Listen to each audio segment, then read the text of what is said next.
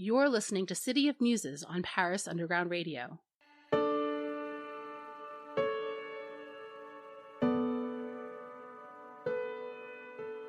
Welcome to the Season 2 premiere of City of Muses on Paris Underground Radio.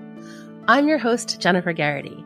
I'm a screenwriter, filmmaker, and the creator and founder of the Paris Underground Radio podcast network. Each week, I sit down with an artist or creative to talk about what inspires them, what their creative process is like, and how Paris plays into it all. This week, my guest is Victor Schegin, a native Parisian whose first foray into the art world was as a 15-year-old street artist. As a painter, Victor explores vulnerability through his portraiture, often blending emotive, introspective models with bright, bold colors and abstract elements. Victor is generous with his time and talent, offering tips and tricks to his followers online. He is also an art teacher and has created a Facebook group of artists helping and supporting other artists, numbering over 120,000.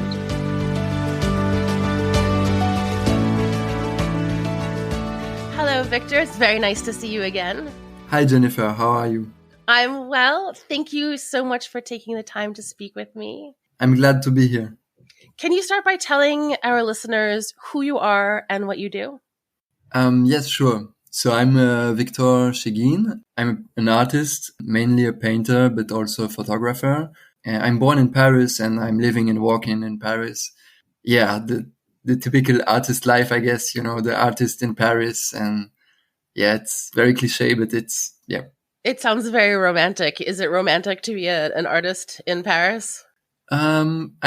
I guess it is, but I guess when you're used to it, you don't, when you're used to something, when it's your day-to-day life, you forget how it is, kind of. I was reading on your website that you started as a street artist. Is that right? Yeah, that's right. It's a bit no, it's not complicated at all, but it's not, it was vandalism. Sure. So, yeah, let's be straight. So, yeah, it was more about the ego trip of having adrenaline and strong sensations. And I love drawing letters and trying to make beautiful signatures, but I was just always signing. And the thrill was just to get my name everywhere. And yeah, some people do that. And when you get into it, it's actually kind of attractive and it sucks you in. You start to notice the same name somewhere, and then nobody pays attention except people who actually write to other writers. What name did you use? Did you use your real name? I never said it, and I actually thought about making a connection between what I do now and what I did before, and linking the names, but it's so different. And also today I would like to do some street art and to have real artistic projects in an urban landscape. I would love that. And I haven't yet painted something in the streets. It's a different world, the tagging world and putting your name on everything and actually creating street art. Yeah, for sure. One is much more for yourself and expresses kind of always the same, which is, I guess, affirmation and violence for just tagging. Whereas art has much more potential to regarding what you can say. You actually can say a lot more about how you feel and how it affects you and how it connects you to other people. And it actually can, say a lot more. Yeah, and like you were saying before, the tagging it is an act of vandalism. And street art sometimes is, but oftentimes it's also an act of beauty and art.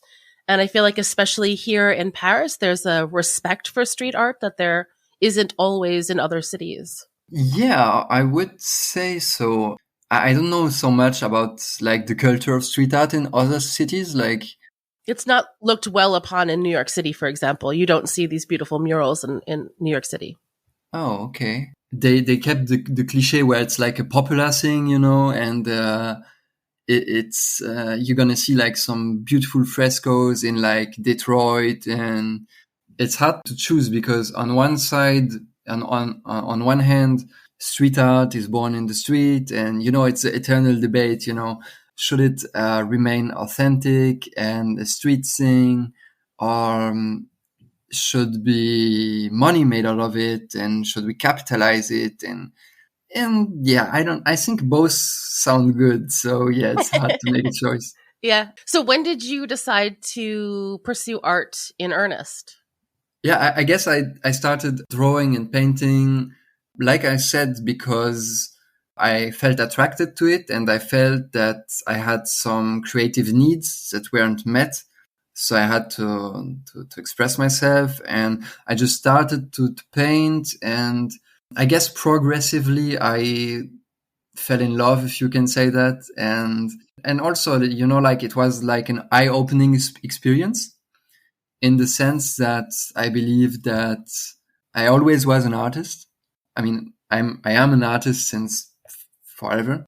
And the only thing is I didn't know it. I had to find out that I was an artist. And so it was like a journey of self-discovery. And I guess by actually practicing art, I just found that, yeah, I'm made for this. Like this is my purpose, like some things just make sense, so it's obvious all of a sudden.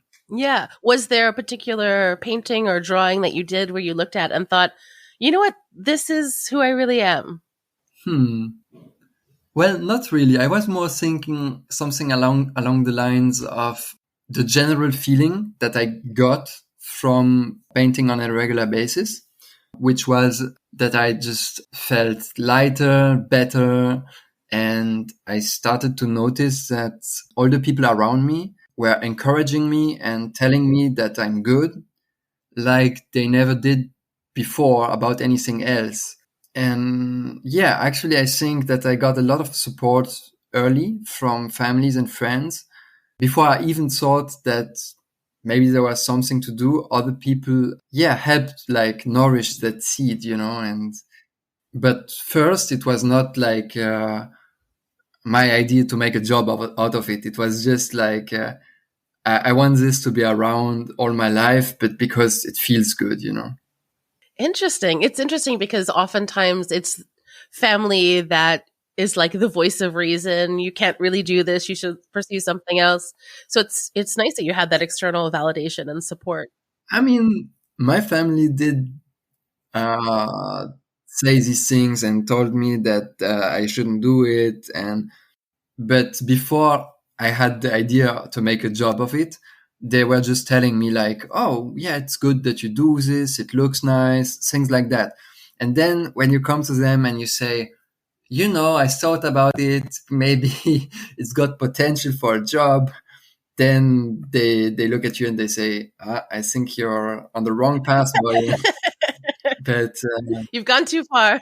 Yeah, and they're like, painting's a hobby, it's not a real job, and all these kind of sentences, But I guess it gets easier for them to accept as time goes on, because, like I said, they witness that you are kind of flourishing, so they notice that you are in the right environment and that it's good for you, basically. And also, with time, of course, unless you have a lot of luck or a lot of connections, it's a job where you don't get in for money. Like, it's kind of hard, and you don't know, because you don't know when you're going to make money and when you're not. So you have to make sacrifices about this. But at the same time, the more you do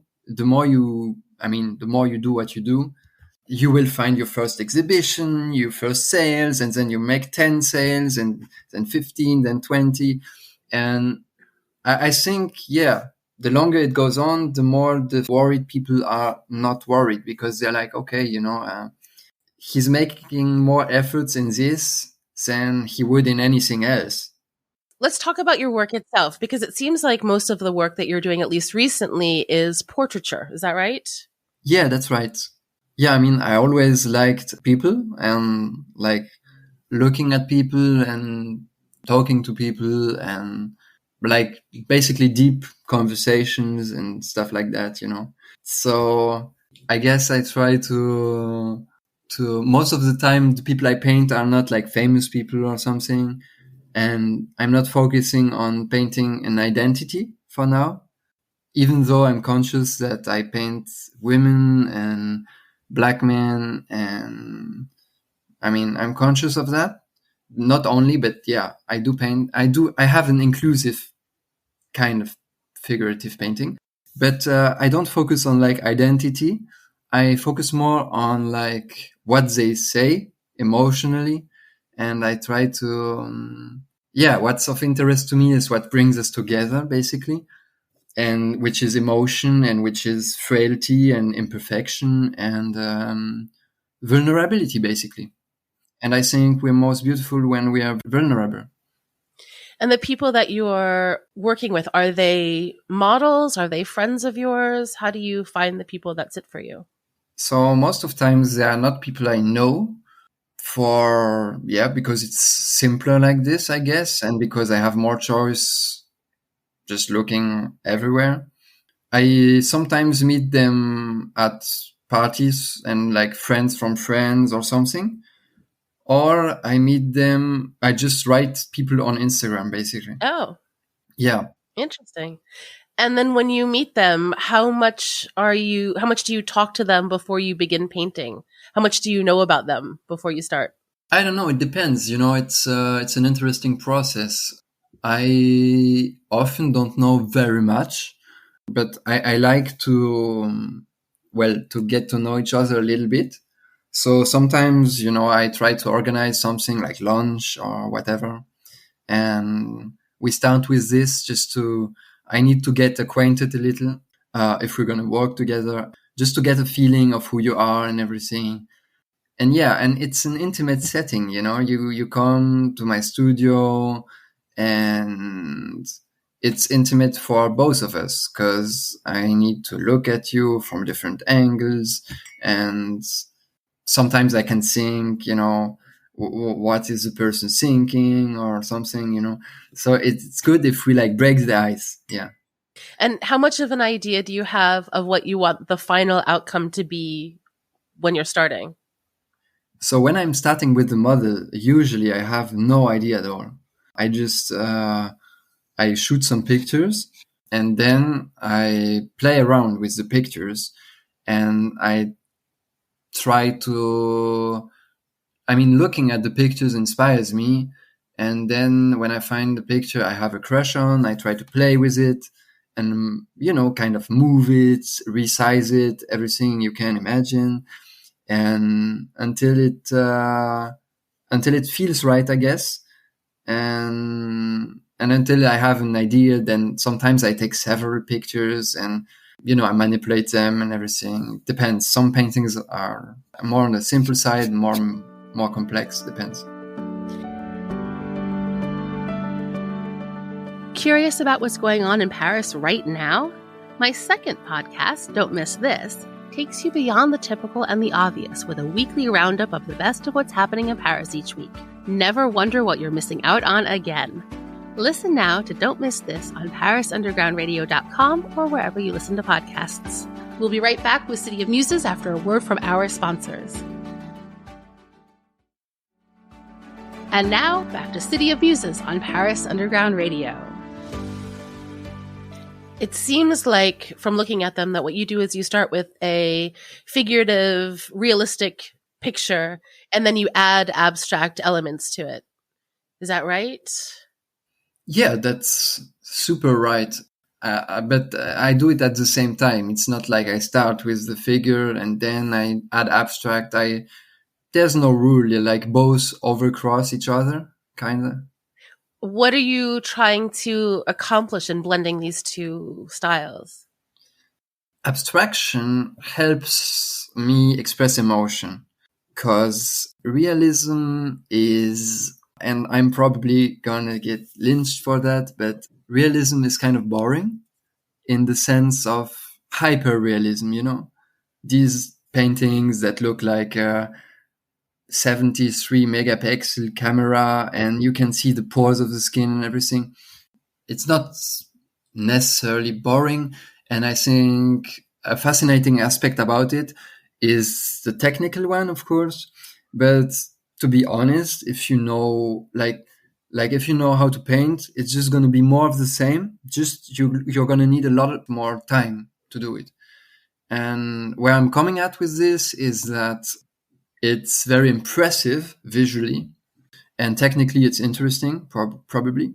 But the thing is, it's not, you're not bringing something new to the table unless you add something magical or something crazy or something. Because if you're just painting, I don't know, a face like hyper realistic with a flat white background, then, well, take a photo, it will take like 1 second, and, and it will be the same, print it, and it will be literally the same. If it's just to say, I can paint it, it's not so interesting. But some hyper realistic painters do this and make complex compositions, and this is interesting because like they will add surrealist elements and like, I don't know, crazy things like animals and dreamy settings. And this is good. This is interesting because it's emotionally loaded, and it's actually something personal, intimate, that came out of your brain and that's new for the world to discover, And yeah, that's why I like abstract, because even though I'm not painting hyper realistically, that has nothing to do with it. I do paint kind of realistically.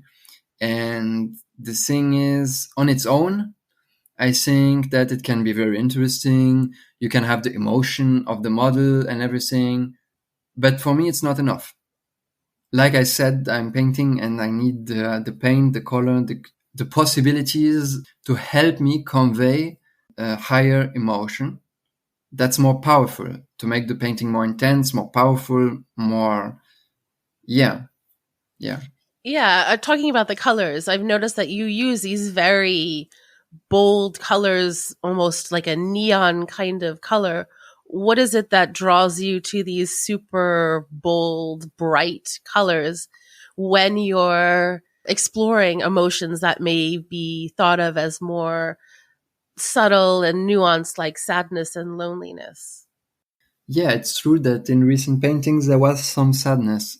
Well, you said you're attracted to this vulnerability, right? This sort of like softer, sensitive vulnerability. But your colors are very bright and vibrant and noticeable.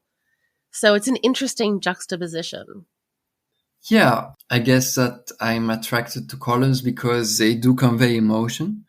And it's not, I don't think that very saturated, meaning very vivid colors, necessarily make joy, Like, I think that blues and kind of cold colors maybe convey something colder, something more sad on the melancholic side.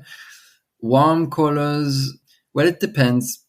But yeah, I mean, it's complicated to oversimplify like this, but it works. And my goal is also to awake emotion in the viewer, and strong colors will grab your attention and make you feel things. And then you'll notice that you're not alone. The person in the paintings is feeling things too, apparently. And I guess it's like it ignites a dialogue, between you and the figure. Interesting. I noticed that you have a Facebook group all about artists helping artists, and that you often give tutorials on your Instagram and things like that. What is it that compels you to share in these ways? I have always loved to share. Like, one of my favorite things is to share something that I love with someone that I like or I love, for that matter. That brings me great joy. So I don't know.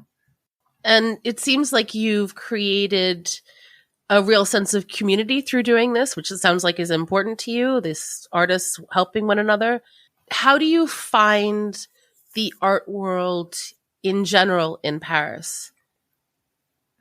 Wow, that's a tough one. It's very hard to say. Like, I can try to answer, or maybe you can make the question a bit more specific. Sure. So, in building the sense of community that you've done, do you find that the art world in general in Paris is supportive of its members? Does there feel like there's this community feeling in general? And so what you're doing is part of that greater whole? Or does it feel more like what you're doing is to try to create something in contrast to the fact that the outside art world isn't that communal? Well, kind of both. It's not in contrast, because I wouldn't say that the art world in Paris is not supportive of artists. But one thing is for sure is that as artists, the problem is that there's always more artists than like jobs, opportunities, and everything, you know? Yeah. So this is a kind of a problem all artists have when they start, and some have it all their life. So because I was facing this issue, obviously at the start, much more than now, but you know, still, it always can be better. Yeah, I was just thinking I should do something, you know, and I should do something for me, and probably some other people feel like me, you know. So I wanted to bring people together who basically are in the same spot as me, and there are millions, I guess. Yeah, it's really interesting. Your group has grown to be quite a large system, as far as I can tell, large group of people. Yeah, I mean, at first, to be honest, I created it and there was one member and it was me. And I didn't think so much of it, you know, like I was just doing it because what I was doing at the time was sharing my own art in art groups.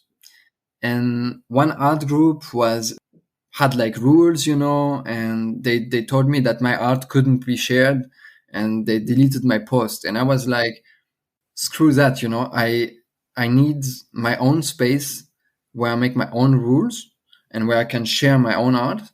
And so I just created a group, just like the dozens of group I was in.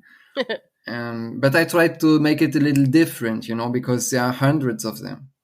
Because the goal was to help me, I thought it might also help other people, you know, make this kind of safe space where it's created by an artist, and, you know, everyone's an artist, and, you know. Yeah. Yeah. It's nice to have support. And also sometimes you want feedback from other artists as well. Sometimes you need someone as a sounding board, maybe, to look at what you're doing. Exactly. And like at first I invited all my Facebook friends, like from real life, who are not artists, to join, because I wanted to get 10 members and 20 members, and, you know. Sure. And it was very slow. I guess the first 200, 300. And then slowly it grew to like 500, 1K, 2K. And then you're like, people are joining it. People are liking it. That's cool. And then there was like a breakthrough where the algorithm did its weird things, you know. And I don't know where it came from, but the group like had like insane growth for like 6 months, like insane kind of thousands per month, you know. Just like every day there were like hundreds of requests to accept, and then it slowed down, but it kept a nice kind of pace. I mean, not compared to the 120,000 that we have, but I mean, yeah, you don't have to forget at the beginning there's nobody. So if like 150 people join a day, it's like crazy. Yeah, that's crazy. Yeah. So where do you go? What do you do when you're searching for inspiration or motivation, or you want to get your creative juices flowing? So I guess I am spending a lot of time in the studio, because my studio is also my home. And sometimes it's difficult. Sometimes it's very nice, because you wake up, you can get coffee, breakfast, and then straight to work, and you have everything, and you can, I don't know, if you want to take a break and take a shower, you can. If you want to brush your teeth, I don't know. It's your home, Yeah. So it feels kind of cozy. And at the same time, a lot of distractions. And yeah, a lot of distractions. I guess maybe inspiration is also, it comes in different shapes. And sometimes I just crave it, like maybe sometimes I have a creative block where I just don't want to paint. I can't get it out. And suddenly I will feel an urge, like, I don't know, an addict, for instance.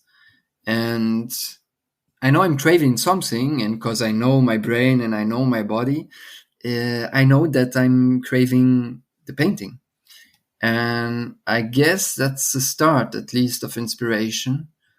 And then it's just how to make something good of it. And that's typically what we call inspiration, the how to make something good out of it. But I think it starts before that. Yeah, I understand that internal craving to create something. Yeah.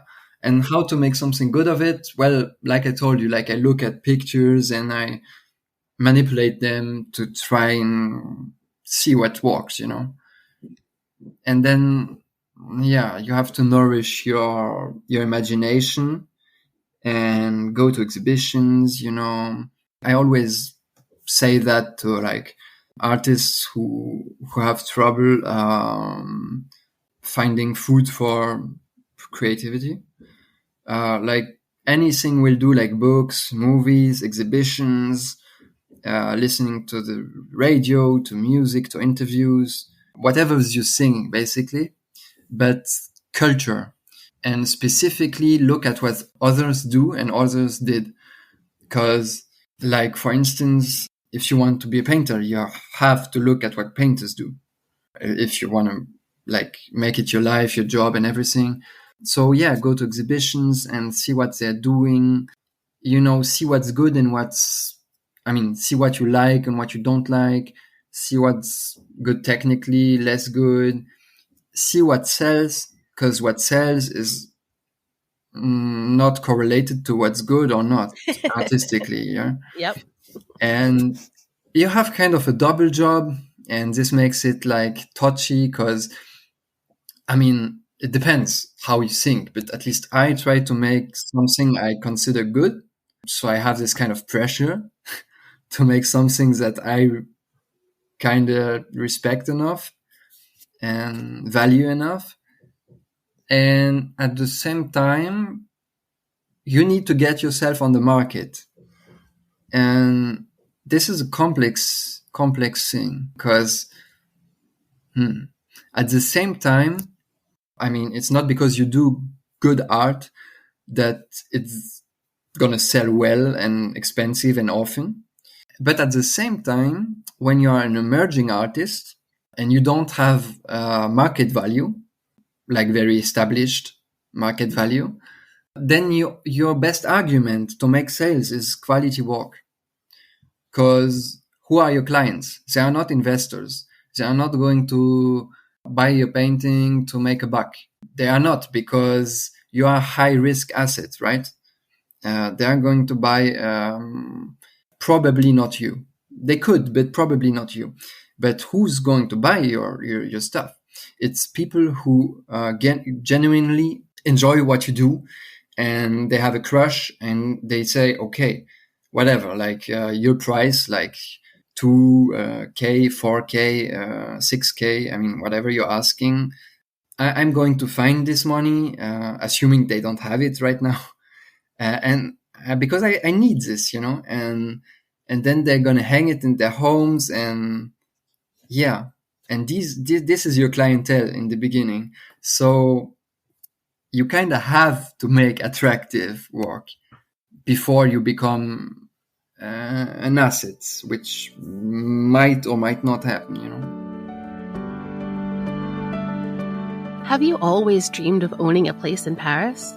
If you're planning on moving, renting, buying, or selling a place in France, you'll need the expert guidance of Gaëlle Boisclair and Marie Pistinier, hosts of the Paris Estate of Mind podcast. Listen now to Paris Estate of Mind on parisundergroundradio.com or wherever you listen to podcasts. We'll be right back with City of Muses after a word from our sponsors. And now, back to City of Muses on Paris Underground Radio. Very interesting, the balance between creativity and self-expression and what sells on the marketplace and how your client can change over time. Yeah, it's difficult. And there's a super interesting interview about the artist Amoako Boafo. And in the interview of him, it's very interesting because he illustrates how the market can change and go up very, very fast, because he was basically a struggling artist and he was found by a gallery and they showed his work in an art fair and it sold well for like 10K a piece, I think. And everything sold. And from there, in like 1 or 2 years, this guy sold at auction for like hundreds of thousands. And I mean, it doesn't happen all the time. He's kind of an exception. Sure. I mean, yeah, he totally is. Yeah. He's like, yeah. Otherwise, everybody would be an artist. Exactly. But same thing. At the beginning, I guess he was doing it. He wasn't expecting this. You can't expect this. If you expect this, you're doomed. So he was just selling his art in Ghana and yeah, it just came onto him. And in the interview he gave, he was saying that now he kind of regrets something, is that people buy him to make a bargain, to make money. And they will always tell him, oh, I'm so in love with your painting. Please sell it to me because I really have the deepest crush on it. And then 2 years later, when it's gone up, they'll sell it. And he was explaining that this kind of hurts him, which I understand, because his clientele is distracted by money and is not profoundly attached to his art. They don't have that crush you're talking about. They have, but they get like corrupted by the money. Yeah. And so yeah, we could say they don't have the crush. And yeah, I understand that he craves this and that it's a kind of problem. Yeah, at the same time, it's a problem all of us wish we had, Yeah. Because at this point, it means rich people are playing ball with your paintings, which is for the artist is not really nice, but it means you're already a star, Yeah. So yeah, it's like you said, it's like a very delicate balance between like passion and finding collectors who really like what you do and value it, and the market, which is totally unrelated, but will interfere eventually if you're a notable part of it. And yeah. Very interesting. All right. So where can people find you if they want to keep up to date with what you're doing and buy so many of your artworks that this becomes a problem for you? The easiest thing is just to check out my Instagram or my website, which is myinstagram.com, and just write me a message. I'm really easy to talk to, and we can work something out. Perfect. I will include links to all of that so that people can find you really easily.